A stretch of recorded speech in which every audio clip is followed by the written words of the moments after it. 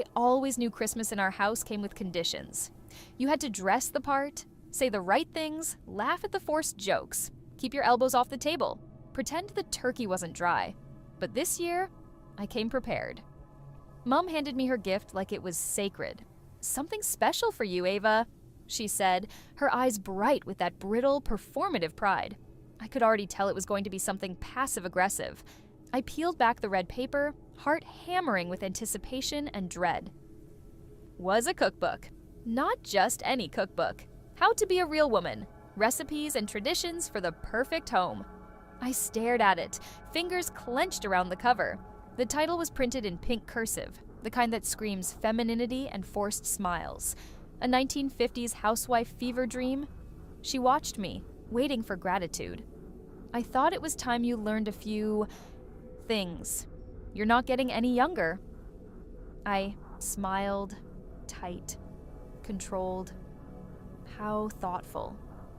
My palms were sweating, not from anger, not yet, but from the weight of what I was about to do. Because I had my own gift to give. I pulled the envelope from my bag, slid it across the table like a poker chip. Here, thought we could open this one together. Mum frowned. What is it? DNA test results. Her face blanched. Dad looked up from his roast potatoes. DNA? For what? To find out who I really am. She didn't move, didn't speak, just stared at the envelope like it was ticking.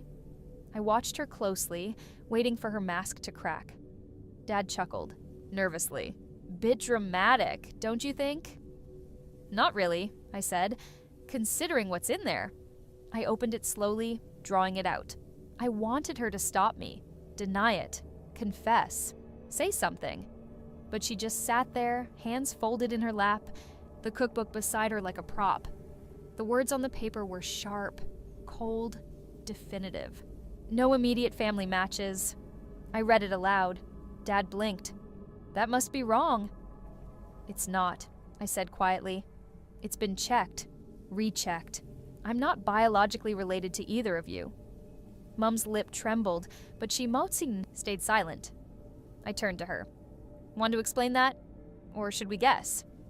Her hands shook as she reached for her wine glass. Ava, this isn't the time. Isn't it? I asked. Seems like the perfect time to unwrap the truth. She looked at Dad, but he was staring at the table now, not moving, not breathing. I'd spent 28 years wondering why I never quite belonged, why I always felt like something was missing. Turns out it wasn't me. It was them. My mother once told me secrets fester when left too long in the dark. Well, Merry Christmas. The silence was deafening. Even the cheesy Christmas music playing from the kitchen radio seemed to hush itself. Mum was gripping the stem of her wine glass so tightly, I thought it might shatter. Dad still hadn't said a word, just sat there with his knife frozen midair, hovering over a slice of turkey no one would touch now. I deserve an explanation, I said. She took a sip of wine, stalling, thinking, hiding. I watched her throat move as she swallowed, as if she could push the truth back down.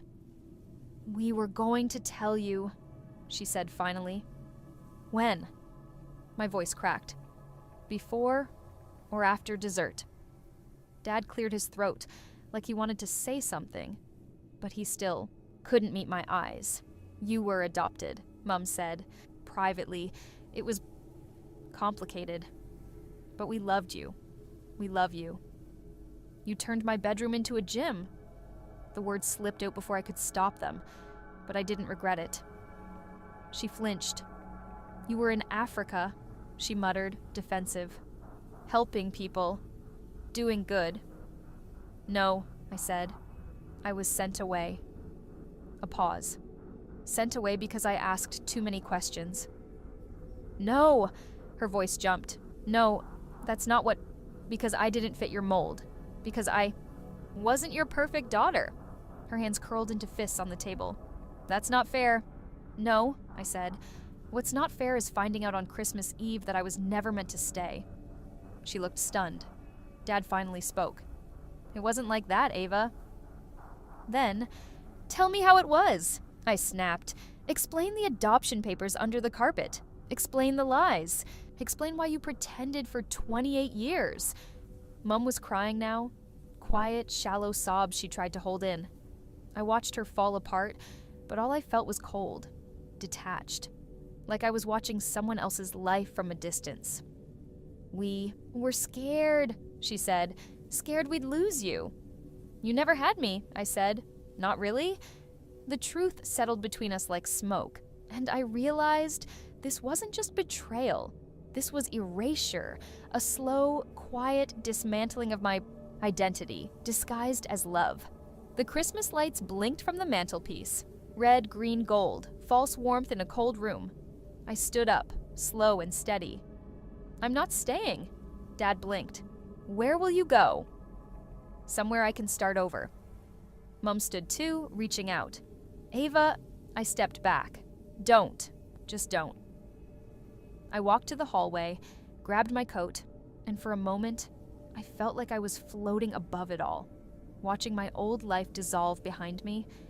I walked out the door without looking back. Outside, the snow had begun to fall, light, lazy flakes that made everything look softer than it felt. I sat in my car with the engine running, fingers clenched on the steering wheel. My bag sat in the passenger seat, filled with just enough to get me by. I hadn't planned to leave that night. But then again, I hadn't planned on being lied to for my entire life either. I drove. The streets were mostly empty, save for a few houses still glowing with fairy lights. Families inside probably laughing over pudding, pulling crackers, hugging each other goodnight. My knuckles were white. I ended up in a hotel by the motorway. It smelled like bleach and disappointment, but it was anonymous. That's what I needed. Soap? Receptionist gave me a polite smile. Long drive? Long life, I muttered. In the room, I dropped my bag and sat on the edge of the bed, staring at the wall like it might give me answers. Why didn't they tell me? Why build a life with someone while hiding the foundation? I opened the envelope again. The DNA report was clinical, blunt, black text on white paper. I'd done the test out of curiosity. Part of me had sensed something was off for years. The lack of baby photos, the way my parents clammed up at the mention of my birth, the family traits I never shared. And now, I had proof. I checked my phone. A message from Mom. Please come back, let's talk. And from Dad. You'll always be our daughter. I didn't respond, because I didn't know who "our" referred to anymore. I lay on the bed, staring at the ceiling. I wasn't angry yet. Not properly. What I felt was worse. Emptiness. Like the ground beneath me had opened up and swallowed my roots. I didn't even know my real name. Or if Ava was just something they chose from a list, like picking curtains. But that emptiness was good. It meant I could build something new. The next morning, I woke up with one thought. Burn the book. I pulled the stupid pink cookbook from my bag and stared at it. How to be a real woman, as if femininity was something you could bake into a pie. The pages smelled like perfume and shame. I flipped through it. Each chapter had little tips in the margins. Always have something warm in the oven when he comes home. Don't complain if he forgets your birthday. Surprise him instead. Your tone of voice matters more than your words. I wanted to laugh. Or scream. Maybe both. This wasn't a cookbook. It was a manifesto. One she hoped I'd absorb. One she used to measure herself. And me. But I wasn't her project. I grabbed a pen from my bag and began scribbling between the lines. Real women tell the truth. Real women don't erase their daughters. Real women don't bury secrets under the carpet. Each page got angrier. More jagged. The pink lines became weapons. I didn't know what I was doing yet, but it felt like something was waking up inside me. Something sharp, focused. I wasn't going to disappear. I wasn't going to forgive just because it was Christmas. They wanted silence. They wanted obedience. They wanted the daughter I pretended to be. But I had no interest in playing that part anymore. I tore the cookbook in half and left it in the hotel bin. Then I picked up my phone and called someone I hadn't spoken to in years. Hello? Her voice was groggy. She sounded like she'd been woken up, or maybe she just didn't expect me. Hi, Aunt Elise, it's Ava. A pause. Ava. Her tone sharpened. Are you okay? I need to ask you something, and I need you to be honest. I heard her sit up. All right. Was I adopted? Silence. My heart was pounding again, like it had in the dining room last night. She started. Yes, you were. No hesitation, no dodging, just truth. Why didn't you ever tell me? I wanted to, she said, but your mother, she made it very clear. It wasn't my place. I breathed out, slow and shaky. Do you know who my real parents are? I know your mother was young, she said. Too young. It was a closed adoption, private, but I remember her name, just the first, Marina. Marina, I whispered. She was scared, but she loved you. I remember that much. I pressed my hand to my chest as if that would keep my heart from splintering. Thank you, I said. Ava, if you need somewhere to go, you're welcome here. Always. I swallowed. I might take you up on that. We hung up, and for a long moment, I just sat there, letting the truth settle. I had a name. I had a starting point. And for the first time in days, maybe years, I had a direction. Elise's place hadn't changed. The little blue gate creaked the same way it did when I was 12. The chipped flower pot by the door was still there, stubbornly growing whatever wanted to survive. And inside, it smelled like coffee and cinnamon, just like it always had. She opened the door in slippers and a hoodie. You look like you haven't slept. I haven't, I said. Come in. She led me to the kitchen, poured 2 mugs of tea, and sat across from me like we were about to play chess with memories. I still remember when they brought you home, she said. You had the loudest lungs I'd ever heard. I smiled, faint, crooked. I still do. She sipped her tea, eyes never leaving mine. I want to help, Ava, but you have to tell me what you're planning. I'm not sure yet, I said, but I know I'm not just going to move on, not until they feel what I felt. Elise didn't flinch. You want revenge?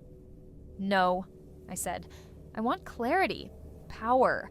I want to take back what they stole. She nodded slowly. Then you need to know who you are. All of it, not just who they let you be. I looked down at my tea, the steam blurring my reflection. You said her name was Marina. I can help you find her, she said, but be careful. Sometimes the truth hurts more than the lie. I'm already hurt, I said. Now I want to heal. She reached across the table, squeezing my hand. Then let's begin. The next morning, Elise had papers. Old letters, photocopies, an address book that looked like it belonged to someone born in another century. She handed it to me like it was a sacred relic. I kept everything I could, she said, in case you ever came asking. I flipped through pages of names, numbers, tiny scribbles, and there it was. Marina, 95, Brighton, no surname, just the city and a memory. That's all I've got, Elise said. It's enough. I took a photo of the page, tucked the book back into its box, and leaned back. Do I look like her? I asked. I don't know, she said honestly. You've always just looked like you. That answer settled into my bones. A quiet comfort. I didn't need to look like anyone to be real. Elise made breakfast, and for the first time in days, I ate without tasting betrayal. The toast was burnt, the eggs runny, but it felt like home. Not perfect, but safe. Are you going to tell them where you are? She asked. Not yet, I said. They don't deserve that. She nodded. Fair. After breakfast, I stared at the city name written in her faded handwriting. Brighton. It wasn't just a place anymore. It was a beginning. Brighton smelled like salt and second chances. The train ride had been quiet, and I spent most of it watching the blur of countryside pass by like thoughts I hadn't processed yet. I checked into a tiny guest house near the pier. No questions asked, just a key and a nod from a woman with a messy bun and tired eyes. Once in my room, I opened my laptop. Marina, Brighton, adoption, 1995. Nothing came up. I tried a few forums, scrolled through old adoption registries. I didn't know what I was looking for. Just something. A thread to pull. And then I found it. A charity organization. One that helped reconnect birth parents with adopted children. I filled out a form, hit submit, and stared at the confirmation page like it might magically give me answers. Outside, the sea roared softly. I walked down to the water. It was cold and gray, but it calmed me, the same way it always had when I was a teenager with too much emotion and nowhere to put it. I stood at the edge, shoes damp, and whispered the name, Marina. It tasted like possibility. 2 days passed. No reply. No email? Nothing. I checked my inbox every hour like a teenager waiting on a crush. Refresh, nothing, refresh, still nothing. I started to feel foolish, like maybe I'd invented her. Maybe Marina was just a name someone made up to keep me quiet. Elise. Texted to check in. I told her I was fine. I wasn't. The hotel room felt smaller every day. I paced, wrote in a notebook, scribbled versions of a confrontation I hadn't planned yet. I was angry. Not just at my parents, but at the silence, at the years stolen, at the gap where love should have been. But on the third morning, an email arrived. Subject, Re. Registry inquiry, from Rootsy Family, Connect Org Time, 0732. Dear Ava, Weave. Reviewed your submission and found a potential match for your birth mother, Marina. She resides in Brighton and has expressed openness to contact from a child born in 1995. If you'd like us to forward a message, please confirm your consent. I sat there staring at the screen, heart hammering. There she was, real, alive, and waiting. I wrote the email 5 times before sending it. The first version was too formal. The second sounded like a therapy journal. The third one I deleted halfway through. Too many tears. Eventually, I wrote this. Hi, Marina. My name is Ava. I think I might be your daughter. I was born in 1995 and adopted through a private arrangement. I recently found some documents that led me to you. I have a lot of questions, but I'd just like to start by saying I'm not angry. I just want to understand. I clicked send. My hands shook. The next day, she replied. Hi, Ava. Yes? I've been waiting for this message for a long time. I think about you every day. I would love to meet you, if you're open to that. I'm sorry, and I'm so glad you found me. My breath caught in my throat. I reread it a dozen times. Every word felt like light cracking through years of darkness. I was real. She was real. And this was the start of something I'd been denied my whole life. We met at a cafe near the beach. I got there 20 minutes early, then paced outside like I was waiting for a storm. I don't know what I expected. Fireworks? Collapse? Maybe both. Then I saw her.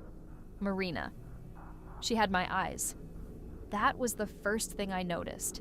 Same shape, same quiet weight. Her hair was darker, streaked with gray. She walked with a slight limp and wore a scarf that looked older than me. She saw me, smiled softly, and said, Ava? I nodded. Hi. We sat down. The silence wasn't awkward. It was heavy, but not suffocating, like we were both holding our breath, but in sync. Yes, used to imagine this moment, she said, but it never looked like this. Same, I said. I didn't even know you existed until last week. She winced. They didn't tell you. No. She looked out at the water. I was young, 16. My parents wouldn't let me keep you. They said it would ruin my life. Did it? Her eyes welled up, but she didn't cry. Not in the way they meant. I've never stopped wondering, never stopped hoping. I didn't know what to say. I just sipped my tea. I signed the papers, but I didn't stop loving you, she said. You have to know that. I don't know anything yet, I said, but I'm willing to find out. And just like that, we began again. We talked for hours. She told me stories about how she'd whisper to the stars on my birthday, about how she donated to orphanages because it was the only way she could honor the child she lost. Me. She never married. No other children. No one ever fit after you, she said. Nothing felt right. I wanted to cry, but I didn't. Not yet. I told her about my life, Africa, the gym, that was my room, the cookbook. She laughed. That sounds exactly like your mum. She's not, I said. Not really, not anymore. She reached across the table and touched my hand. Her skin was warm, dry, familiar in a way I couldn't explain. You've turned out beautifully, she said. Strong. I swallowed hard. I didn't feel strong until now. We left the cafe together and walked along the pier. She pointed out boats she loved, told me how she used to come here when she missed me most. I didn't know if you'd hate me, she said. I don't, she smiled. That's a start. Before we said goodbye, she handed me a small envelope. I wrote this for you years ago, she said, in case we ever met. I took it, held it like it might disappear. Thank you, I whispered. That? Night, back in my room, I read the letter. It was full of apologies, dreams, and a line I'll never forget. You were never a mistake. You were a miracle I wasn't allowed to keep. I cried until I couldn't anymore. The next morning, I called Elise. She's incredible, I said. I'm glad, she replied. Are you okay? I think I'm starting to be. We talked about Marina for a while. Then Elise asked, what now? That question echoed. What now? I'd found Marina. I'd gotten answers. But there was still one thing left unfinished. My mother. I mean, the woman who raised me. The woman who sent me to another continent with a smile and a plane ticket. Who gave me a book on being a real woman while hiding the truth of who I was. She needed to know I wasn't her puppet anymore. So I went home. I didn't call first. The door was unlocked. I stepped inside and was immediately hit with the smell of gingerbread and perfume, her attempt at warm and welcoming. The tree was lit, the fake kind, of course. Everything perfect, surface deep. She appeared in the doorway, startled. Ava? I nodded. Surprised to see me? She set down a tray of biscuits. You didn't call. I didn't think I needed to. Silence. I met her, I said. Marina. The color drained from her face. I know everything, I continued. And I don't want an apology. I want honesty.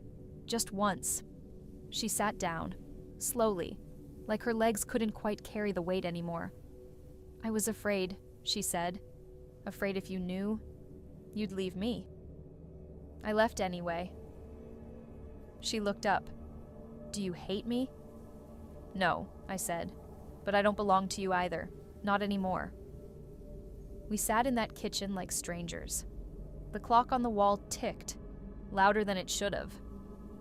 I traced a finger over the edge of my teacup, not because I needed the drink, but because I didn't know what to do with my hands. She finally broke the silence. I know I wasn't the mother you wanted. That's not true, I said.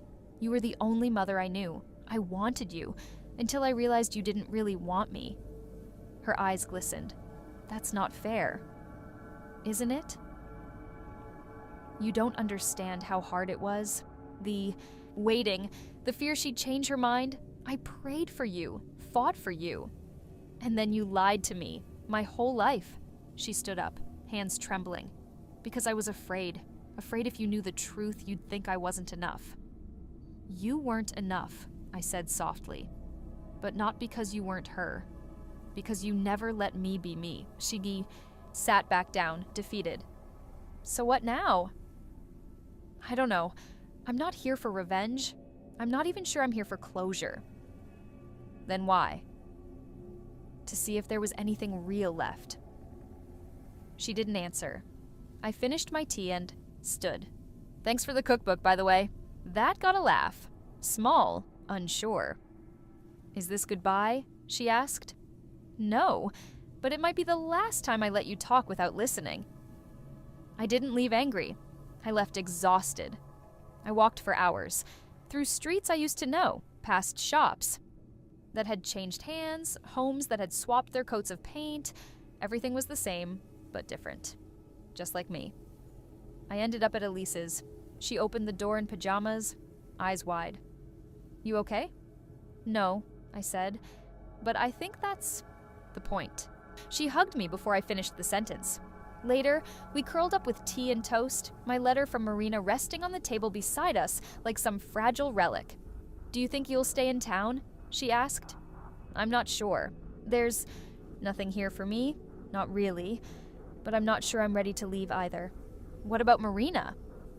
"She wants to get to know me, but she's not trying to replace anything. It's gentle, strange, but kind." "And your mom?" "She's trying to hold on to a version of me that no longer exists, but she doesn't know it yet." Elise leaned her head on my shoulder. "Sounds like you've already made your decision." I didn't answer, but in that moment, I realized something. This wasn't about revenge anymore. It never really was. It was about truth, about taking back the parts of myself I'd handed out like favors, trying to please, to belong, to earn love like it was something you could win. No more. I sat on my childhood bed, if you could still call it that, and opened the cookbook.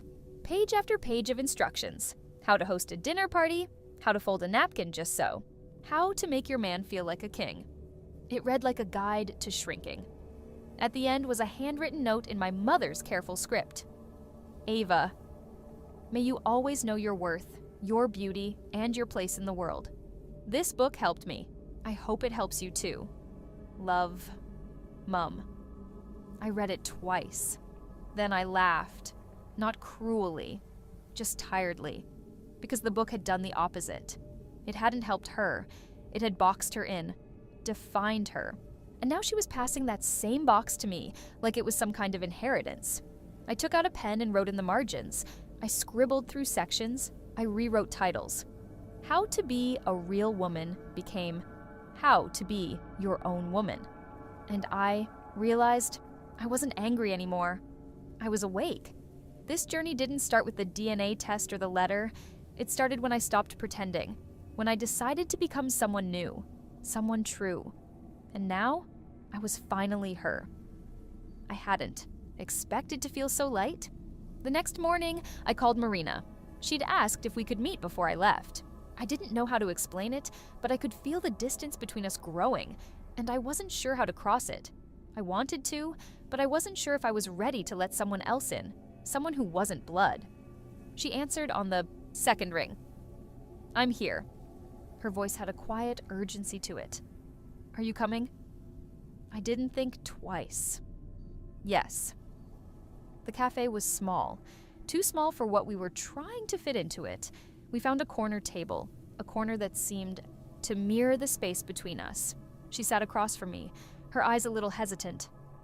"I thought you might be angry," she said, the words slow, careful. I shook my head. "No, I'm just tired." She frowned, and for a moment it felt like we were two strangers trying to figure out where we went wrong. "I don't want you to think I'm trying to replace her," Marina continued. "I'm not. I don't want to be her. I want to be a part of your life." I smiled softly. "I don't need replacing. I just need to learn who you are, and who I am, without all the lies in the way." She nodded, eyes softening. "Then let's figure that out. Together." It wasn't easy, and it wouldn't be quick, but I could feel it in my chest, the beginnings of something that might have real roots. By the time I left the cafe, the weight in my chest had lifted. It wasn't that everything was fixed, or that all the hurt had been wiped away in a single conversation, but there was something new, something I hadn't expected. Hope. It was different from the hope I had as a child, the one where I dreamed of being someone else, someone my mother could love in the way she always seemed to love Marina. This. Hope wasn't about proving anything. It was about accepting what was and making something better from it. I called my mother that evening. Her voice was tight on the other end of the line, but I could feel her willingness to try. Ava, she said softly, I don't know how to make this right.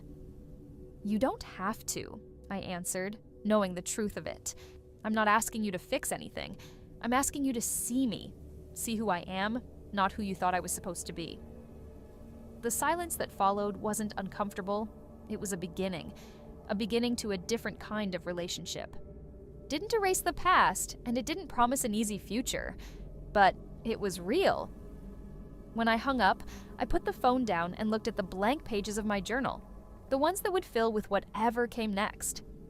I didn't need a cookbook anymore. I didn't need anyone's approval. I was Ava, finally, fully, unapologetically. And that was enough. Christmas Eve always smells like cinnamon and guilt in our house. The tree sparkles like it's trying too hard, and the fireplace crackles just loud enough to mask the tension that slips between words. Mom's arranged the table with military precision, red and gold napkins folded into fans, champagne flutes lined up like soldiers. I can practically hear her mantra: perfect setting, perfect family, perfect daughter. And I used to try. God, did I try? But this year, I'm done pretending. Here you go, sweetheart, she says, handing me a perfectly wrapped rectangle. Her nails are glossy red, lips even glossier. She's dressed like she's about to go on telly. Pearls, sweater set, the works. My dad's sipping whiskey in the armchair, half listening. My sister Ellie's glued to her phone, probably texting her boyfriend under the table. I peel the wrapping slowly, like I'm not expecting it, like I didn't already guess from the weight and the smugness in her voice. The cover practically blinds me. How to be a real woman, recipes, routines, and romance for the modern lady? I blink. She beams. It's a classic, just reprinted. Your aunt swears by it. Thought it might help you get settled. Settled, I echo. You know, find some direction.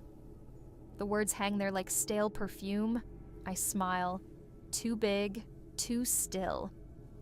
Mum, I say, setting the book down carefully, I've got a present for you too. Her eyes light up. Really? You didn't have to? I know, I interrupt, but I wanted to. It's personal. I reach under the tree and pull out the flat, unassuming envelope. Hand it to her like it's nothing. Inside is a folded sheet of paper. A results printout. Sleek, clinical, absolute. She opens it with a flutter of manicured fingers, reads the first few lines, then stops breathing. I watch her lips move over the words. Watch her eyes narrow. The blood drains from her face so quickly it's almost impressive. What is this? She whispers. You tell me. Ava, turns out half of me isn't even from you and Dad. Isn't that wild? Dad leans forward now. What's going on? I sit back in my chair and take a slow sip of wine. I took a DNA test last month.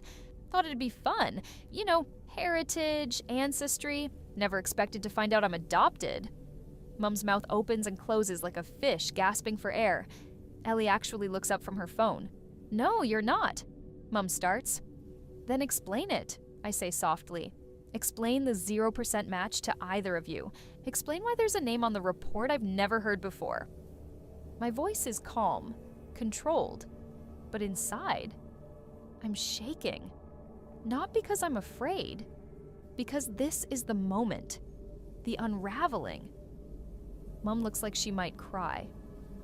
We were going to tell you someday. Yeah, when it was convenient, when it wouldn't make a scene. Well, here we are, I say, raising my glass. Merry Christmas. The silence after my announcement is thick enough to chew. Mum's staring at the DNA paper like it might rearrange itself if she glares hard enough. Dad hasn't said a word yet, but his knuckles are white around his whiskey glass. Ellie is the only one who seems remotely alive. She's now fully alert. Phone abandoned on the table. This has to be some mistake, Dad finally mutters, eyes darting between me and Mum. No mistake, I say, calm. I had it verified. Twice. Cross-referenced, backed up, all the bells and whistles. I even emailed the company thinking they mixed me up with someone else. They didn't. Mum sets the paper down slowly, like it might explode. We were going to tell you, Ava, truly, It was just never the right moment. I laugh. It's a sharp, humorless sound. You had 24 years. You had every moment. She winces like the number stings. You don't understand. You're right, I cut in. I don't. I don't understand how you could lie to me my entire life and still expect me to sit here, eat ham, and thank you for a misogynistic cookbook. Ava, please don't turn this into a scene, Dad says, his voice low. It is a scene. I'm sorry if it's inconvenient that the truth doesn't match your Christmas aesthetic. Mom reaches across the table like that could fix anything. We raised you, Ava. We loved you. That doesn't change. But it does, I say, yanking my hand away. It changes everything. You didn't just lie. You erased someone. You erased me. She looks like she's about to cry again, but I don't care. I've spent too many years managing her emotions. Tonight, she can sit in hers. And who is she? I ask, more quietly. The woman I came from? Mom shakes her head. It's complicated. I lean in. Try me. Dad clears his throat. We didn't know much. It was a private adoption, through someone your aunt knew. Of course. Aunt June, always knee-deep, in secrets and connections. We were told it was better for everyone if it stayed quiet, Mom says, and her voice finally cracks. She didn't want to keep you. We saved you. Saved me? I say. You saved me from the truth. Ellie, surprisingly, pipes up. So, who's the father? I look at her, genuinely surprised by the question. That's probably the first time she's ever cared about anything that wasn't trending on TikTok. Mom flinches. We don't know. I stare at her, and for a moment, I don't even feel anger anymore. Just cold, distant clarity. Well, I say, standing, I hope the gym equipment fits well in my old room. You're going to need the space. Ava, where are you going? Mom asks. Out, I say, to find out who I am, without you scripting it. I grab my coat from the rack. The cold air outside slaps me awake the second I step through the door. This isn't over. This is the beginning. The sky outside is heavy, thick with clouds. The kind of night that feels like the world's about to fold in on itself. Christmas. Lights blink half-heartedly in the windows of every house I pass, like they're trying too hard to be cheerful. It's almost funny. This is supposed to be the season of warmth, of home. But for me, home feels like a theater stage I just stormed off from. I keep walking. No plan, no destination, just the need to move. My phone buzzes once, twice, then goes quiet. I don't need to check to know it's Mom, or Dad, or worse, some over-sympathetic family friend who heard the noise through the grapevine and wants to offer tissues and trauma bonding. Eventually, I find myself at the old train station, the one that smells like stale coffee and bad decisions. I sit on the bench outside, my breath coming out in little clouds. What now? It's a stupid question, one I should have thought about before tonight. But I hadn't planned to drop a DNA bomb on Christmas Eve. I thought maybe, just maybe, they'd apologize, beg me to forgive them, offer names, truth, anything.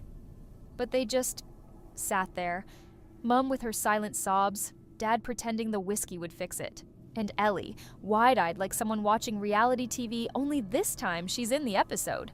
I pull my coat tighter around me and reach into my pocket. The DNA test is still there, creased from being folded and refolded. The results are simple. Enough. Half my ancestry is listed as Southern European, no match to either of them. What hits hardest isn't the lie, it's that I can't trust a single memory anymore. Every bedtime story, every scraped knee, every photo on the fridge, are those still mine? Or just props in a story they built around me? My childhood wasn't bad. That's the thing. They loved me, in their way. Gave me piano lessons, packed lunches, curfews. But love without honesty feels more like control now. And I'm done being controlled. I stare at the test again, and a single name blinks in my head. Aunt June. She was always there, just slightly on the edge. The one with the cryptic advice, who smelt of lavender and secrets. If anyone knows where the truth starts, it's her. I pull out my phone and scroll through contacts until I find her name. My thumb hovers over the call button. She hasn't messaged in months, but she used to call me Sparrow when I was little. Said I had a sharp eye and light bones built for flight. I press the button. It rings. Once, twice. Ava. Her voice is exactly as I remember it. Warm, curious, knowing. I found out, I say. No point dancing around it. The adoption? Everything. Silence, and then a soft sigh. I wondered how long it would take. You knew? I helped arrange it. I sit back, the bench suddenly too small. Why? Another pause. Because your mother couldn't do it alone, and you were never meant to find out. Well, I did, I whisper. I figured, she says gently. Come see me. I'll tell you what they didn't. And just like that, I have somewhere to go. Aunt June lives in a converted barn on the edge of town, too far from the city to be convenient, too close to completely forget. It's the kind of place that smells like old books, rosemary, and something forever simmering on the stove. I haven't been here in over a year, but it still looks the same. Ivy curling around the windows, a rusty wind chime rattling like it's trying to remember a tune. She opens the door before I knock, as if she felt me coming. You look tired, she says softly, stepping aside. Come in. I step inside. The warmth hits me first. Real. Heat. Not just the kind pumped through radiators. Then, the stillness. It's the opposite of my parents' house, where everything feels manicured, rehearsed. June's home breathes. I sit at the wooden table and she places a mug of tea in front of me without asking. Chamomile. She remembers. You knew, I say, not bothering with small talk. You knew I wasn't theirs. I did. She folds, her hands on the table, eyes steady. And I've lived with that for a long time. I stare at her, waiting. There's no way she gets to drop a bomb like that and then go all silent monk on me. Start from the beginning, I say, please. She exhales, then nods. Your mother, she was my sister, Ava. I mean, technically still is, but back. Then she wasn't ready to be a mum. She was young, terrified, and reckless. I blink. You're telling me she had me? No, she says. I mean, biologically, no. But the woman who did, your birth mother, was someone she met during one of those save the world summers. It was messy, complicated, but your mother stepped in when things fell apart, took you in, made it official. She convinced your dad it was the right thing. I let that settle. My real mother is someone else. Out there. A ghost in the family album that never existed. But June's words opened something else too. A new betrayal. Mom didn't just keep a secret. She turned it into a life. She made it sound like she saved me, I say, voice quiet. In her head, maybe she did, June replies. But Ava, saving someone isn't love if you erase them in the process. I nod slowly, gripping the mug tighter. Do you know her name? I ask. My birth mother? I do, she says, but I won't give it to you unless you're sure you're ready. This isn't a door you can close once it's open. I swallow hard. I was ready the second I opened that cookbook. June smiles, a little sad. Then we'll find her, together. For the first time in days, I don't feel alone. I feel like I've stepped onto a new path. Uncertain, yes, but mine. The truth hurts, but being lied to for 25 years, that burns hotter. And I'm finally ready to stop pretending. The fire doesn't touch me. The thing about family secrets is that once they start spilling, they don't trickle. They flood. I barely sleep that night. June offers the guest room and I accept, curling up beneath a quilt that smells like old lavender and safety. But my mind won't quiet. Every time I close my eyes, I see the cookbook. That floral cover. The ridiculous title. The sharp insult wrapped in motherly ribbons. How to be a real woman. I wonder if Mom thought it was funny. I wonder if she thought it would bring me back to the version of me she always wanted. Docile, feminine, grateful. Not the one who brought a DNA test to Christmas. I wake up to the smell of cinnamon and toast. June's already dressed, her hair tied back, sleeves rolled up. Her kitchen feels like it belongs in another century. Mismatched mugs, a chalkboard, on the wall, a sink with no dishwasher in sight. It's honest, no pretense. She slides a plate toward me without speaking. "Thanks," I mumble, tearing into the toast like I haven't eaten in days. "I called someone," she says casually. "An old friend of your birth mother's. She might know where she went. She's in town for the holidays." I freeze mid-chew. "You're serious?" June nods. "You wanted truth. I don't believe in waiting once that door's open." I feel a wave of something I can't quite name. Gratitude, fear, hope. Probably all of it. We meet the friend, Marisol, in a quiet cafe on the high street. She's older, with long gray hair and a face that's seen things. She doesn't smile when she sees me, just studies me. I wonder if I remind her of someone. "I knew her," she says before I can even speak. "You've got her eyes." I swallow hard. "Who was she?" Marisol sighs. "Wild, kind, not ready. She was 17, Ava. 17 and barely holding herself together. When she found out she was pregnant, she broke. She wanted to keep you, but her world didn't make room for that." "Why didn't she come back for me?" "She did," Marisol says softly. "You were gone. Moved. No address. No trail. She searched for years before she gave up. The ache in my chest flares into something sharp. She tried, and they never told me." "Do you know where she is now?" Marisol nods. "Last I heard, she was in Brighton. Runs a bookstore." A bookstore. I picture her hands running over spines of novels, eyes scanning poetry like it's scripture. And then I picture her wondering where I am every Christmas, wondering if I'm okay. "She has a name," I say, voice shaking. "I want it." Marisol doesn't hesitate. "Her name is Eleanor Bright." I whisper it to myself like a prayer. Eleanor. A name I should have known from the beginning. I leave the cafe with her name tucked deep in my chest, like a map I didn't know I was missing. And as we walk through the soft drizzle outside, I know one thing for sure: I'm going to Brighton, and this time, I won't knock softly. I don't tell anyone I'm leaving. Not June, not Marisol, and definitely not my mother. I just pack a small bag, book the cheapest train to Brighton, and disappear again. There's something poetic about it, returning to the kind of silence I once feared. But now, it feels like power. The train cuts through the English countryside, raindrops racing down the window as I watch everything blur into green and gray. My thoughts are louder than the announcements, louder than the clatter of wheels and the quiet hum of strangers, breathing around me. Eleanor. Her name still doesn't feel real in my mouth. I've said it a dozen times since yesterday, softly, like I'm practicing for something. Maybe for the moment we meet, maybe for the moment I finally ask her why. The bookstore is easy to find.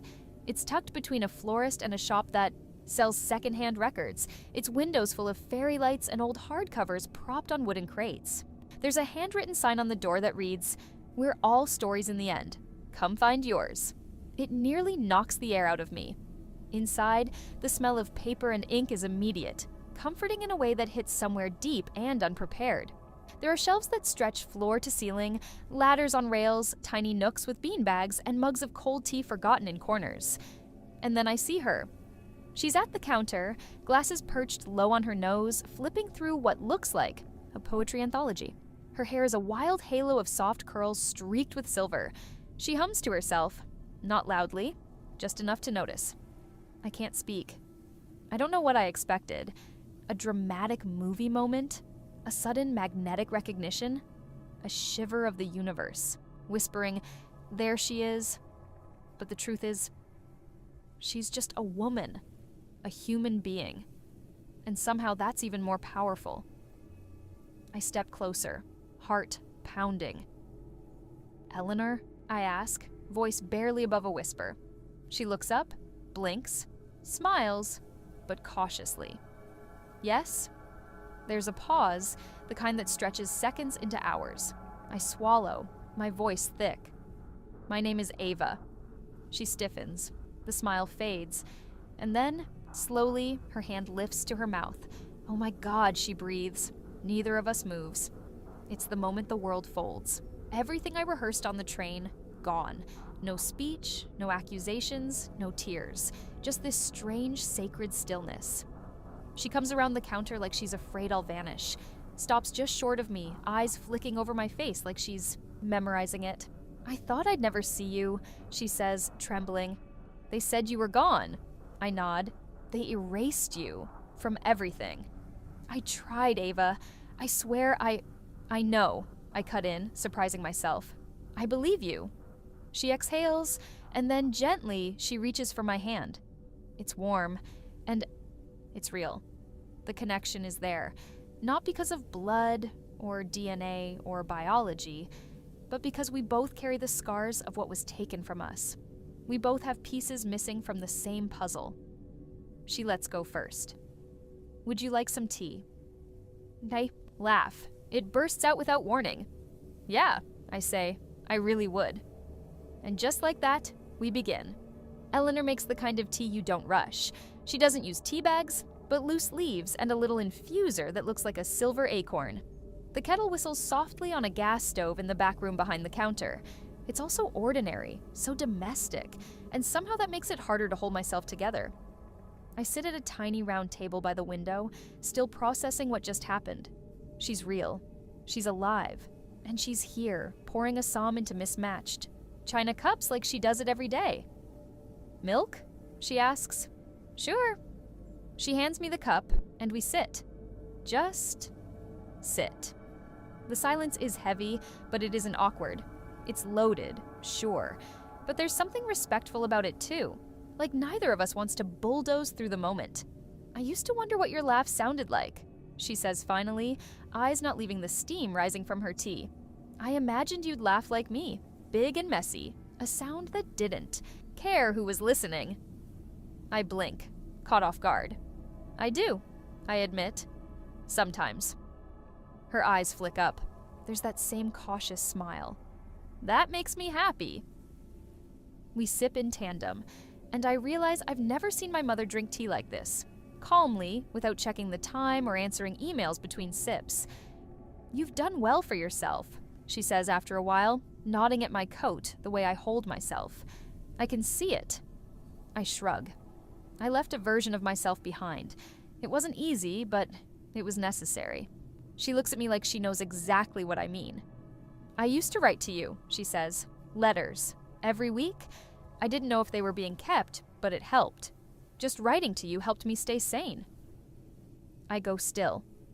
They never gave me any letters. I figured.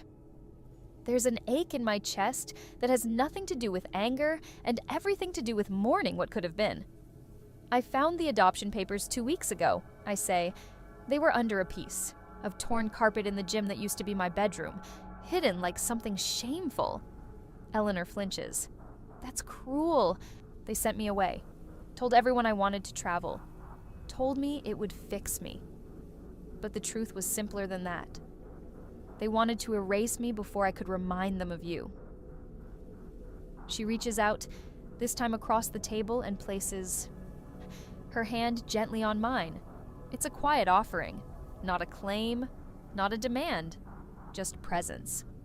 I would have fought, she says, and her voice shakes. I wanted to, but they made it impossible, and I was young, scared. My family, they weren't kind. I nod slowly. I understand that now, but back then, all I saw was abandonment.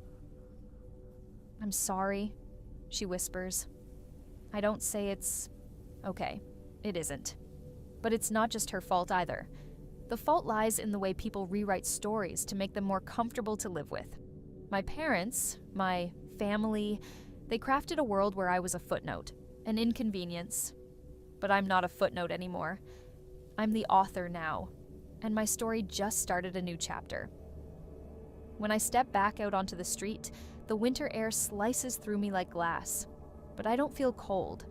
Not in the way I used to. There's something else now. Not warmth exactly, but fire. A slow burning, steady flame deep in my chest. Purpose. I don't go home. Not yet. I walk. Past shuttered shops and fairy lights. Past couples huddling under scarves and kids throwing snowballs that melt before they hit the pavement.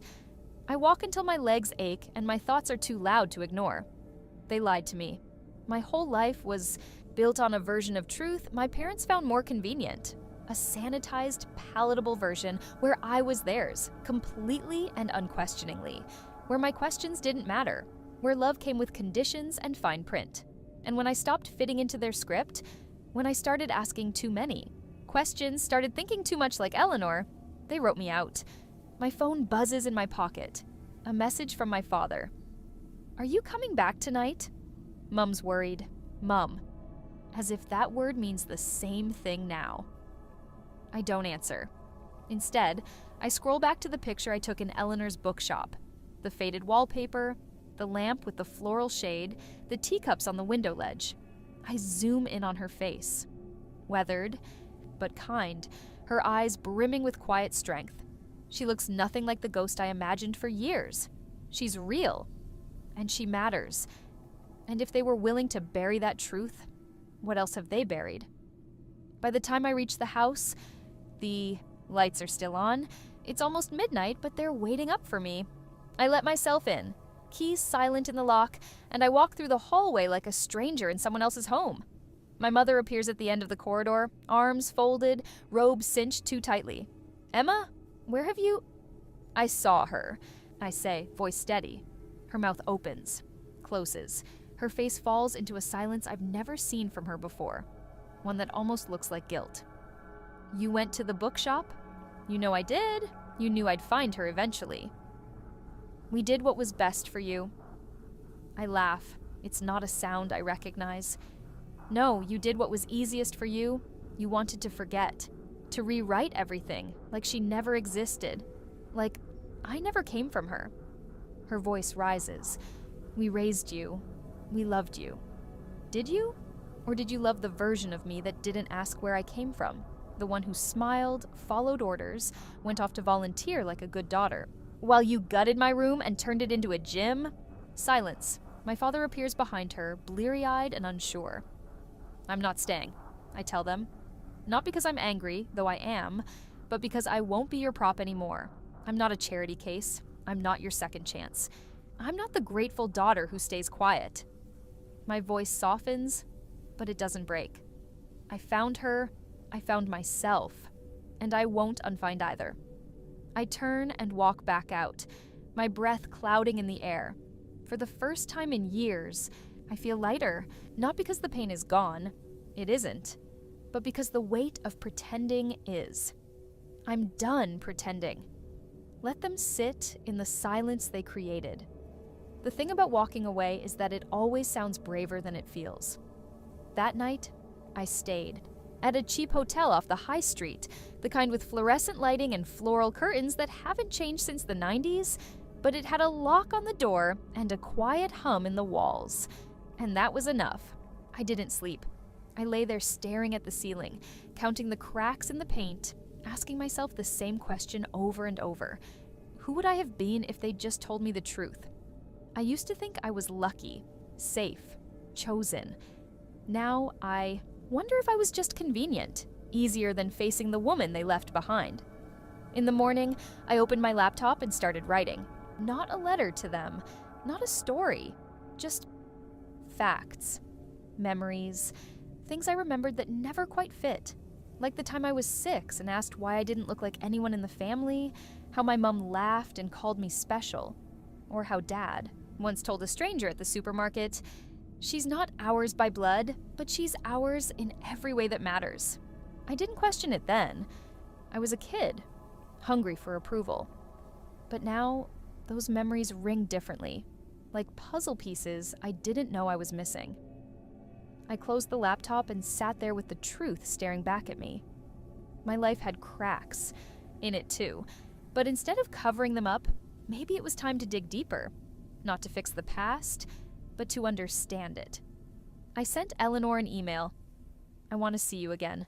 I have questions, if you're open to it." She replied within an hour. "Always. Come by whenever you like." And just like that, something shifted. I wasn't walking away anymore. I was walking towards something. When I arrived at the shop that afternoon, she greeted me with a hug. Not tentative, not fragile, firm and steady, like someone who meant it. "I was afraid you wouldn't come back," she said. "I was afraid you'd change your mind." We sat in the back room, where the kettle never seemed to cool down. I told her everything. The room turned gym, the papers under the carpet, the confrontation, the walkout. She listened like no one ever had, with silence that held space, not judgment. When I finished, she poured us both another cup of tea and said, "They erased you because they didn't know how to love all of you. That's not your fault." Vabuib. Didn't realize how much I needed someone to say that until she did. I looked around her little back room with its books and worn cushions and a half-knitted scarf on the armrest. It wasn't home. Not yet. But it felt like something close. Like the beginning of one. "I'm not sure what to do next," I admitted. Eleanor smiled. "You start over, not as their daughter, not even as mine, but as you." And just like that, the mirror didn't break. It just reflected someone new. It's a strange thing, being untethered, not lost, just free. It's the kind of freedom that comes with knowing you're not waiting for anyone's approval anymore. I didn't feel ready to forgive them. Not yet. Maybe never. But I knew this. I didn't need them to define me anymore. The next day, I woke up early, the city still wrapped in the soft quiet of morning. The world felt smaller, somehow, like I was seeing it through new eyes. Everything felt temporary, but in a way that made it feel less scary and more like an opportunity. I had something they didn't expect. A choice. The phone rang just as I was stepping out the door. It was Mum. I'd been expecting it, almost dreading it. I didn't pick up. She'd left me a message, but I didn't listen. Not yet. I didn't have the strength. I walked down the street to the bakery, the smell of freshly baked bread wrapping itself around me. Eleanor's shop felt like a small, safe corner of the world. I wasn't sure where I was going or what I was going to do with it, but the only thing I knew for sure was that I needed more time. Time to figure out who I was without the weight of their lies and expectations dragging me down. When I got back to Eleanor's shop, she was waiting for me, hands covered in flour from kneading dough. There was something about her steadiness that grounded me, even in the middle of my own chaos. She didn't judge me, didn't ask for answers. She just was there. We sat down at the old wooden table in the back room, steam rising from our teacups. "Do you think you'll go back?" she asked quietly, as though she already knew the answer. "I'm not sure what back even means anymore," I said. "They erased me. I'm not sure I want to go back to that." There was a moment of silence, the kind that felt thick, almost suffocating. It was as if the weight of everything was sitting between us. Eleanor took a sip of tea, letting the quiet settle, before she spoke again. "You're allowed to be angry, you know," she said softly. "But don't let that anger make you small. Don't let it shape you into someone they'd expect." I swallowed hard, nodding as I tried to push back the overwhelming surge of emotion that threatened to rise. I didn't know what to do with it, but I knew Eleanor was right. The anger I felt had been building for years, and if I let it would consume me. "I'm not sure I'm strong enough," I admitted, my voice barely above a whisper. Eleanor reached across the table and placed her hand on mine. "You're stronger than you know, Ava. You've been strong all along. It's just time you started seeing it." For the first time in days, I let out a breath I didn't realize I'd been holding. Maybe she was right. Maybe I didn't need to have all the answers. Maybe I just needed to take one step at a time, one moment at a time, and see where it led. Later that night, I sat in the small apartment, scrolling through the message from Mum again. I hadn't called back, hadn't even opened her text. It felt wrong, even to consider it. But I couldn't let it linger forever. Not if I was ever going to truly move on. I tapped my phone screen, hesitated, and then, finally, dialed her number. The phone rang once, twice, then 3 times. "Hello?" Her voice cracked, as if she'd been waiting for me to call. I took a deep breath, feeling the weight of everything, and then said the only thing I could, the thing that felt like it was tearing me apart but also setting me free. "I don't know what I want from you, Mum. I don't know if I'll ever forgive you. But I need you to know I'm not your version of me anymore. I'm me." The silence on the other end of the phone was deafening. She didn't say anything for a long time. And then, in the smallest, almost broken voice, she whispered, "I didn't want this. I didn't want to lose you." "I don't think you ever really had me," I said quietly, then hung up. And just like that, I closed the door on the past.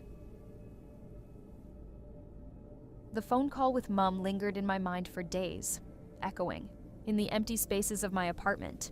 I hadn't expected her to say anything else, to offer an apology or explanation, but I'd imagined the moment would feel more like a closure. Instead, it left me with a hollow feeling, as though I'd spoken to a stranger. Not my mother. The woman I had once known, the one who shaped my childhood, seemed to have evaporated, leaving nothing but a shadow of what had once been. I stared at my reflection in the bathroom mirror, noticing how different I looked, how much older. It had only been 2 years since I'd left, but it felt like a lifetime. I had grown, changed, and somehow I wasn't the same person I had been before. The woman I had once been was a girl who believed in her family, believed in the bonds that held us together. But that girl was gone. The reality of what I'd uncovered, the DNA test, the adoption papers, the lies, had shattered everything I thought I knew. I didn't just feel like I was no longer a part of them. I felt like I had never been. They had erased me from their lives, and I wasn't sure if there was a way back from that. The past was a weight I couldn't shake off. But there was something else. A strange, new kind of clarity.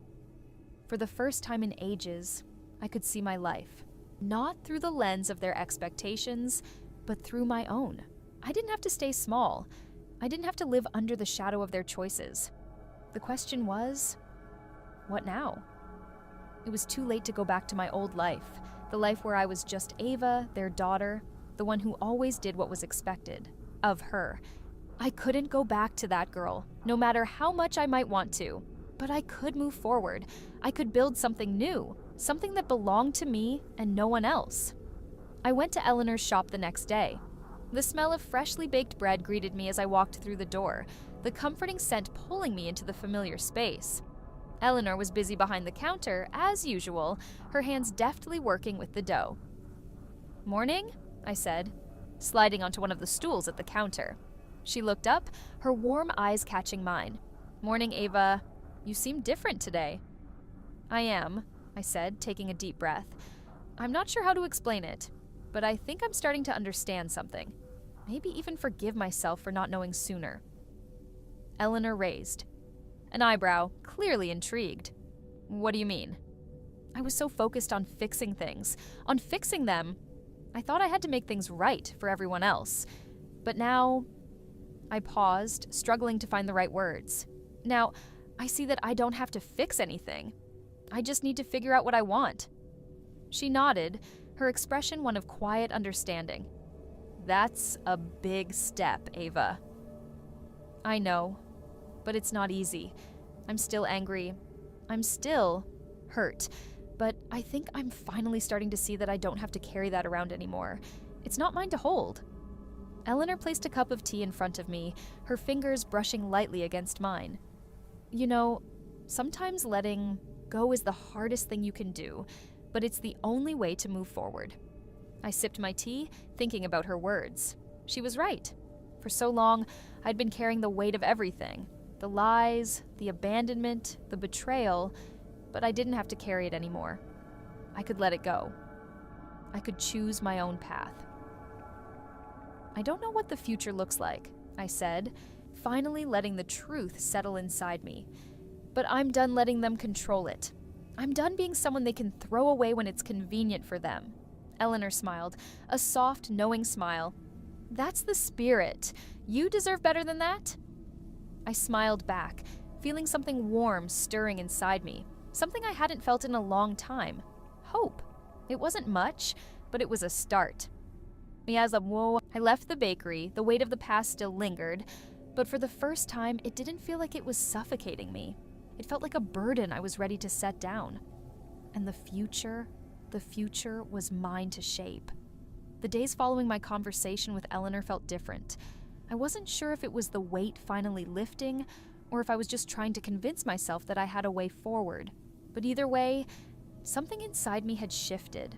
I wasn't sitting idly by, waiting for life to happen anymore. I was deciding what came next, one step at a time. I decided to visit the house, the one I used to call home.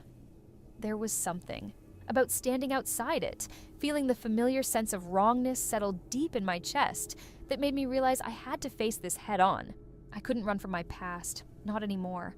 If I was going to move forward, I had to confront what had been done to me, and to that house, to those walls that once held promises I now knew were empty.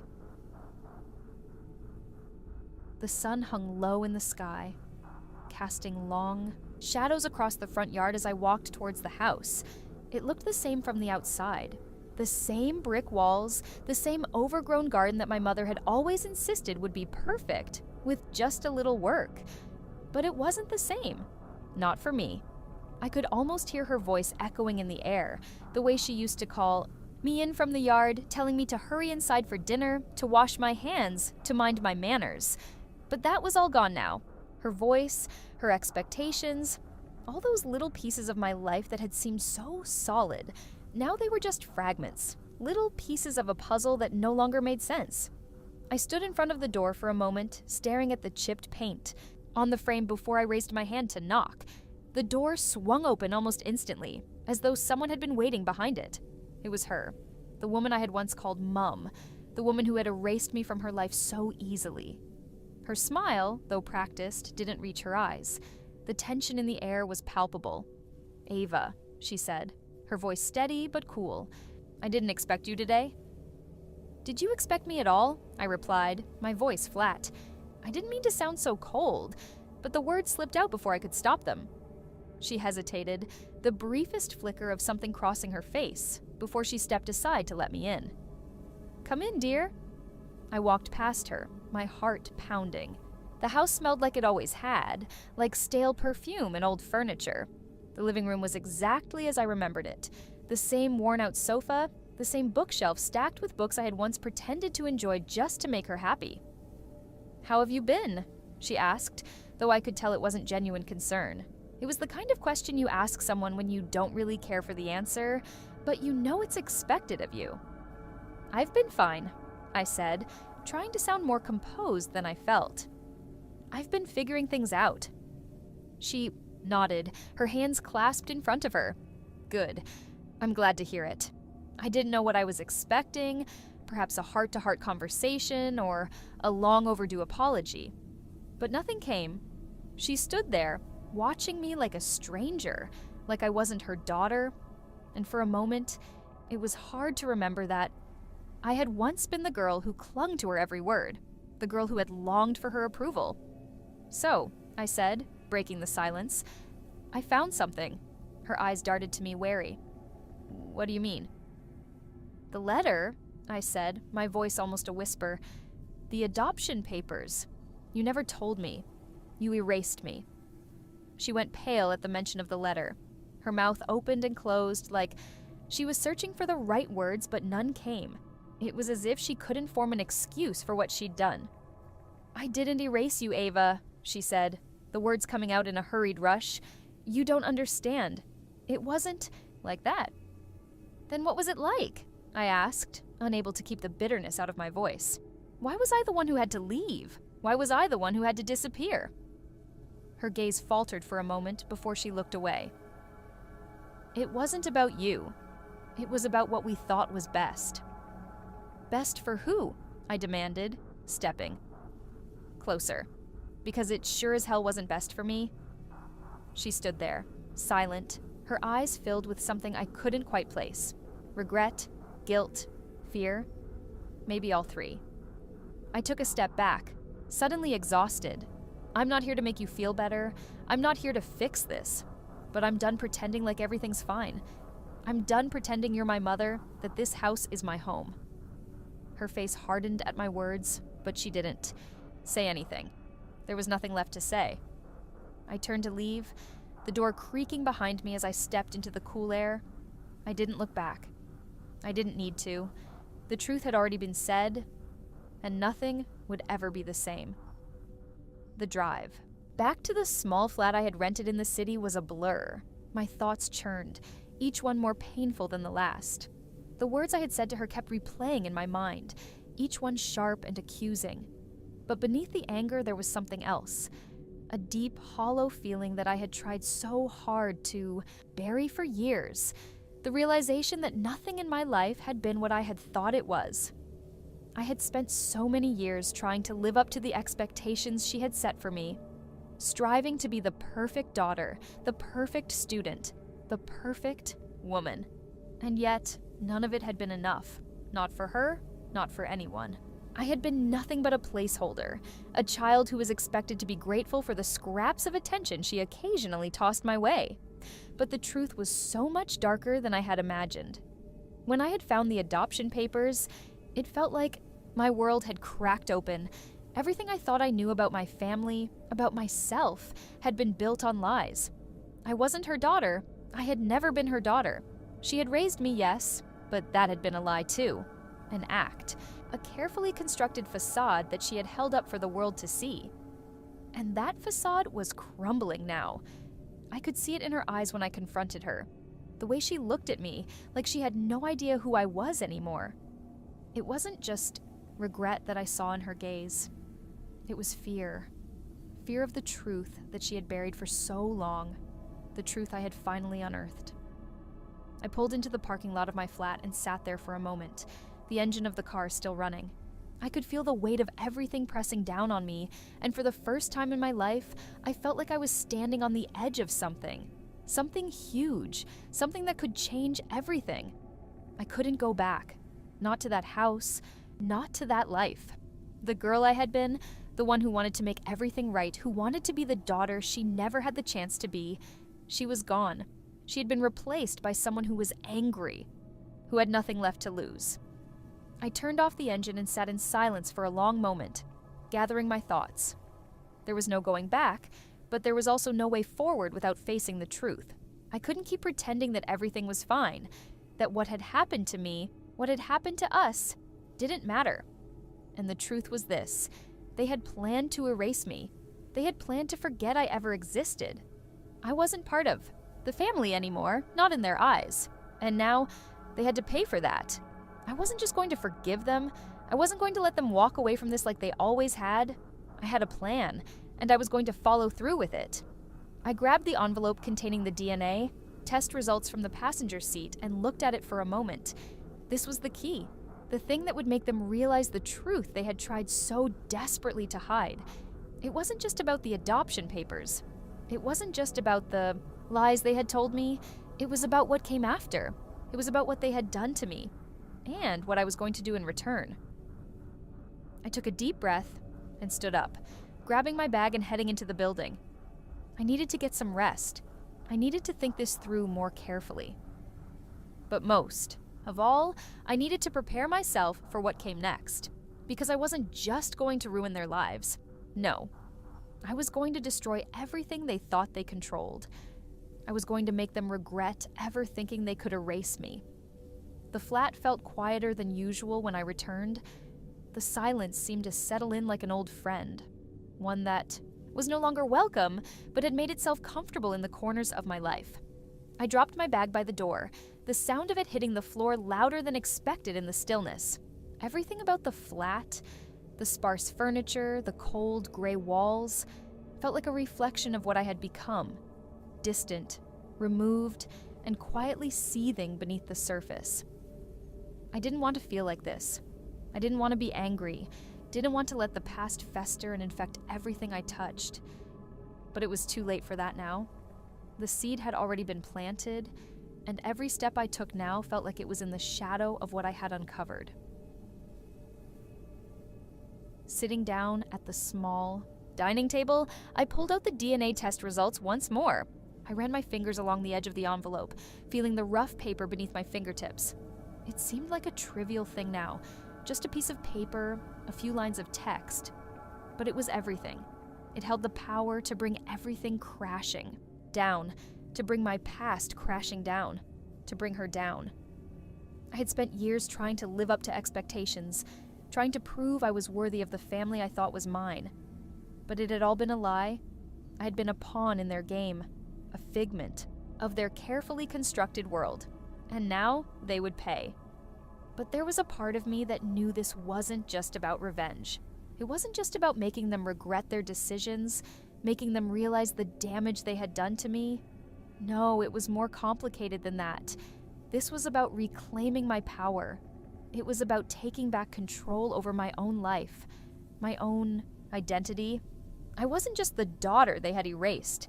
I was someone else now, someone who could stand on her own. The question was, how far was I willing to go to make them see that? I stood up and paced the small living area, my thoughts racing. I wasn't going to let them sweep this under the rug like they always did. I wasn't going to play the role of the dutiful daughter any longer. But I couldn't just storm in there and demand answers. No, it had to be more calculated than that. It had to be precise.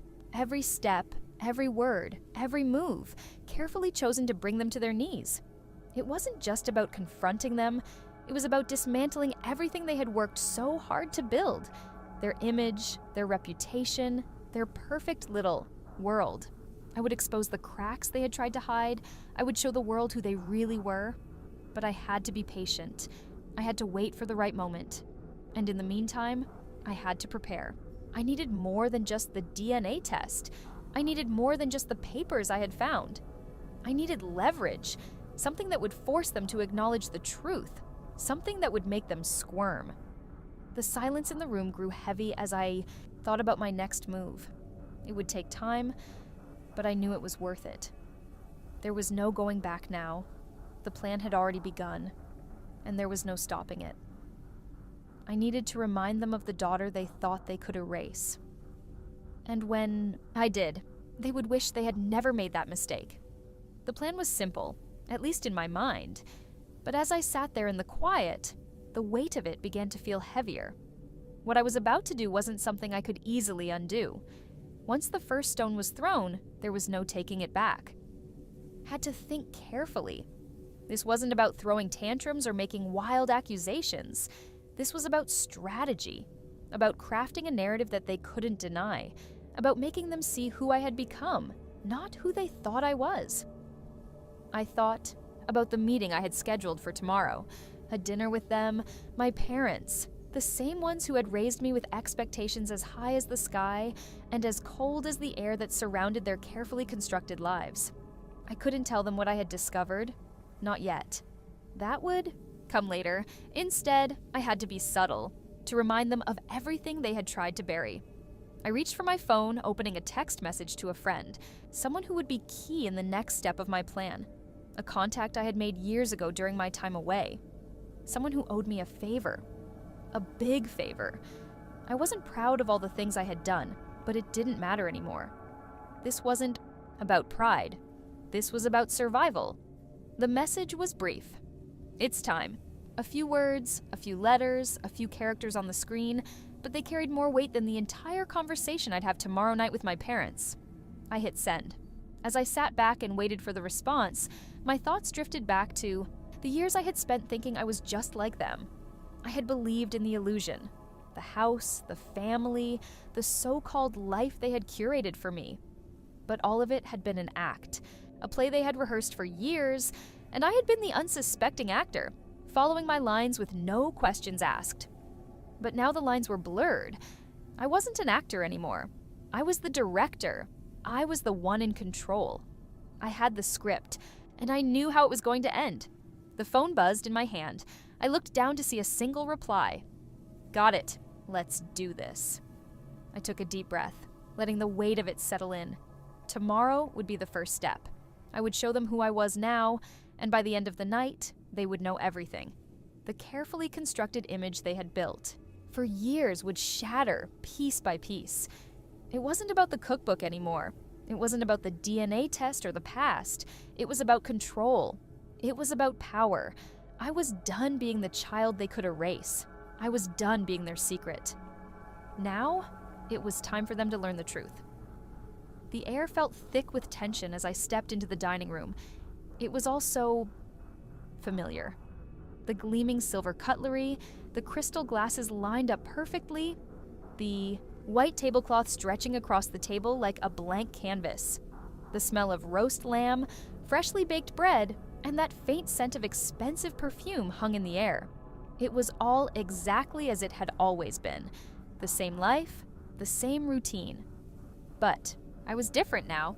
I wasn't the same girl who had left 2 years ago, unsure of herself and consumed by their expectations. The woman sitting at the table today was calm, controlled, and with a plan. A plan that would shatter everything they had worked so hard to build. "Claire, darling, you look radiant," my mother said, her voice smooth, warm, the kind of compliment she always delivered. It was a nice touch, a rehearsed line. She'd said it 100 times before, but now it felt empty. The words no longer had any weight behind them. "Thanks, Mom," I replied, giving a small smile. I noticed the way she took in my appearance.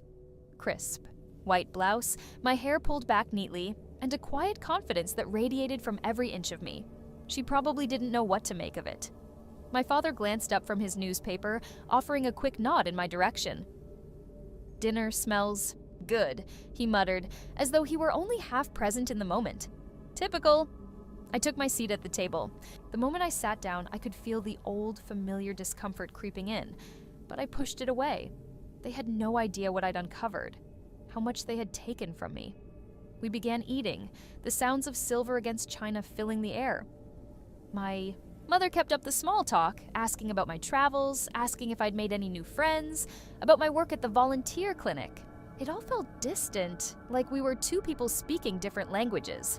But all the while, I kept my gaze fixed on them, on my parents, as they went through their motions.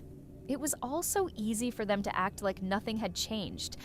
But I knew better. I knew the truth. The dinner conversation took a predictable turn. My mother asked if I was planning on staying with them for long, whether I was ready to get back into the real world, meaning the world they had decided for. Me, the world of their carefully curated expectations. I set down my fork and looked up at her, the smile on my face never wavering. "Actually, Mom, I've been thinking a lot about what's next," I said, my voice steady. She raised an eyebrow, intrigued but not yet suspicious. "Oh? And what's next for you, Claire?" I leaned back slightly, taking in the moment. "I've been thinking about what I want. What I really want, not what you've wanted for me." The words hung in the air between us. She blinked, her eyes narrowing ever so slightly. I could see the shift in her, the faintest crack in the perfect mask she had spent years building. But she recovered quickly, putting on that polite, practiced smile. "Of course, dear, but we've always supported you, haven't we?" I couldn't help but laugh, just a small, bitter chuckle. Supported me or controlled me? The words fell from my lips before I could stop them. I didn't care. This was what I had come for. This was the moment I'd been waiting for. My father's gaze flickered up from his newspaper, his expression unreadable, but I saw the tightness in his jaw, the way his grip on his fork tightened. He could sense the shift too. I continued, my voice growing colder. "You erased me, remember? You forgot me, just like you forgot everything that mattered." A long silence followed. The tension in the room was palpable now, thicker than the air itself. My mother shifted uncomfortably, and my father finally put down his newspaper. He cleared his throat. "What are you talking about, Claire?" His voice was sharp now, the polite tone gone. The facade had cracked, and now the man who had once seemed so steady was showing cracks of his own. I didn't answer. Instead, I reached into my bag and pulled out the neatly folded DNA test results. I set them on the table between us, watching their faces as they stared down at the papers. "Do you want to explain this to me?" I asked, my voice low but laced with intent. The room was silent. It was almost suffocating, the weight of the truth pressing down on us, thick and unavoidable. I watched their faces, my mother's, pale and shocked, and my father's, guarded but with a flicker of panic beneath his usual calm. They had no idea I knew, no idea that the lies they had told me, the life they had constructed, was starting to fall apart. My mother reached for the DNA test first, her fingers trembling slightly. She picked it up as though it might burn her, her eyes scanning the paper quickly, as though she might find an escape from the reality that had just shattered her world. "Claire," she said, her voice barely above a whisper, "where did you get this?" There was a hint of desperation in her tone now, as though she was already bracing for the worst. I didn't answer immediately. I didn't need to. The question wasn't for me, it was for herself. She was already thinking of the story she could spin, the excuse she could give. But I wasn't interested in her excuses anymore. I wasn't interested in her explanations. She'd had enough chances to explain herself, to be honest with me. "It doesn't matter where I got it from," I replied coldly, watching her closely. "What matters is that you lied to me. For years you've kept this from me. You erased me." Her eyes darted to my father, seeking support, a partner in this tangled web they had created, but he just sat there, his face an unreadable mask, his fingers tapping against the edge of his glass. He wasn't going to save her. Not this time. "Claire," he finally said, his voice low, controlled. Too controlled, I thought. This is a misunderstanding. There's a reason for all of this.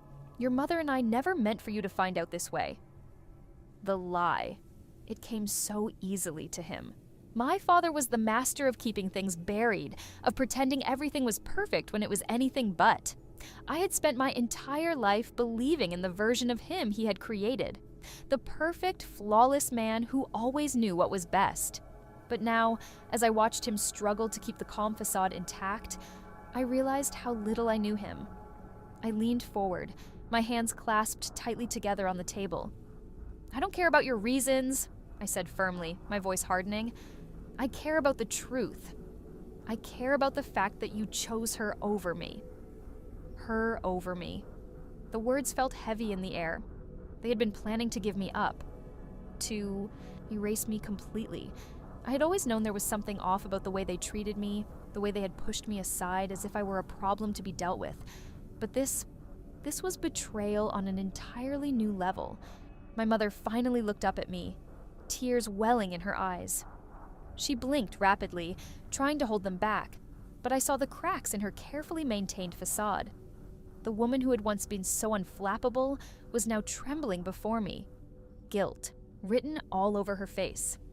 "I'm sorry, Claire," she whispered, the words barely audible. "I'm so sorry.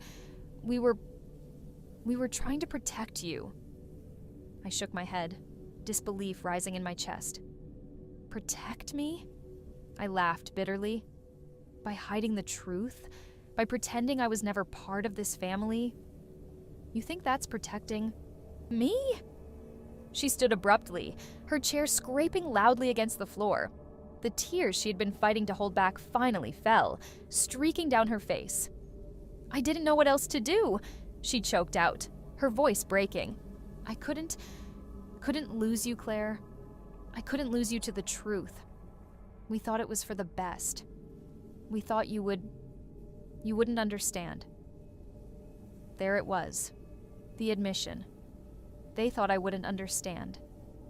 They thought I was too weak, too naive to handle the truth. That's what it had always been about, hadn't it? They had always treated me like a child, someone who needed to be protected from the world.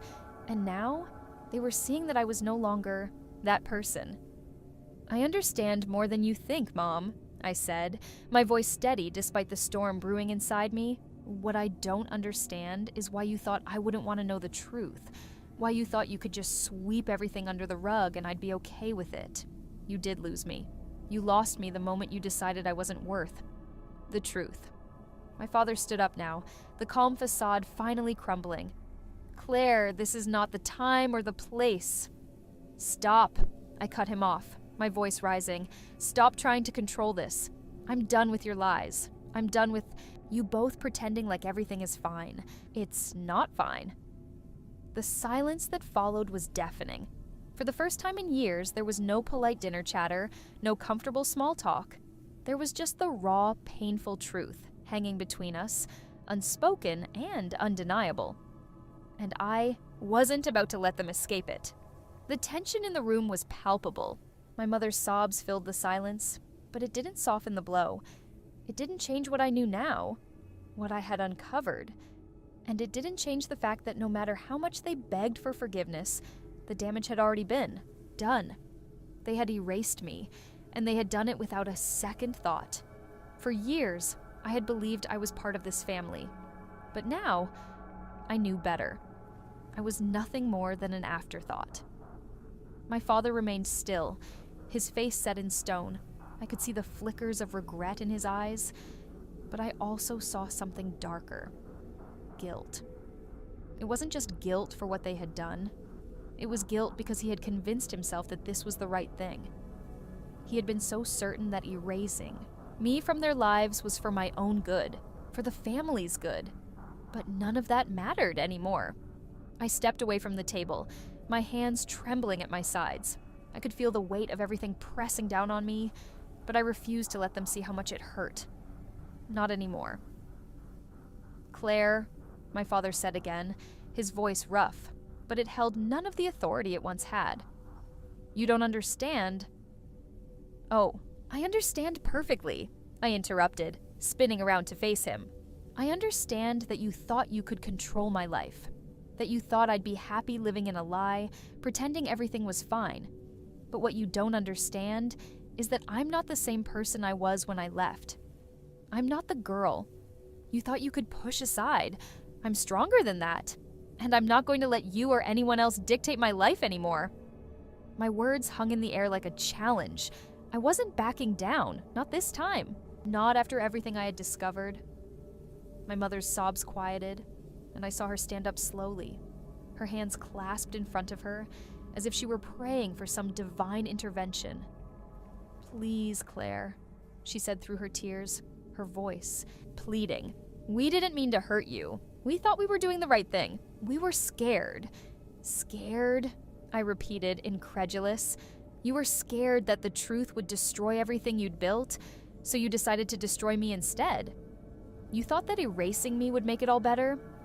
Well, look where that got us. You don't get to pretend you were protecting me, Mom.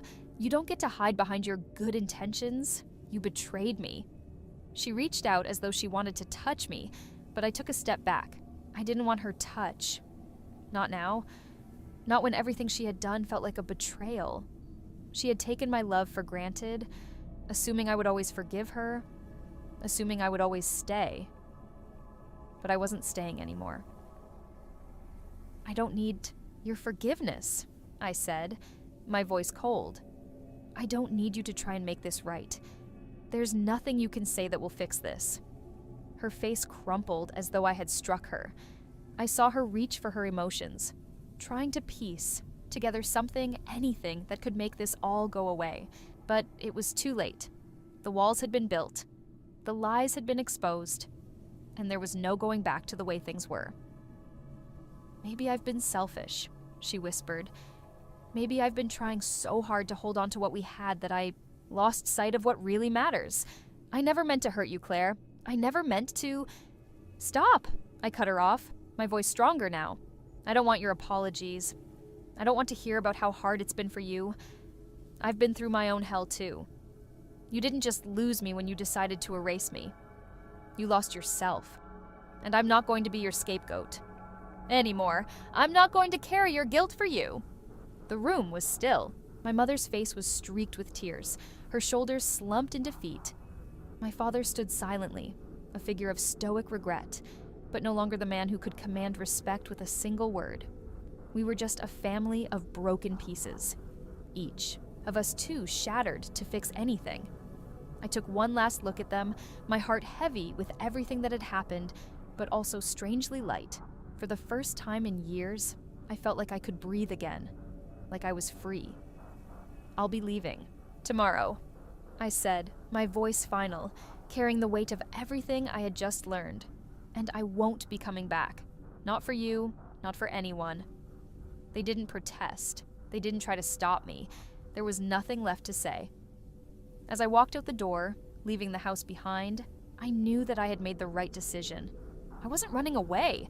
I was taking control of my life, finally. And I wasn't going to let anyone, not even my parents, take that away from me.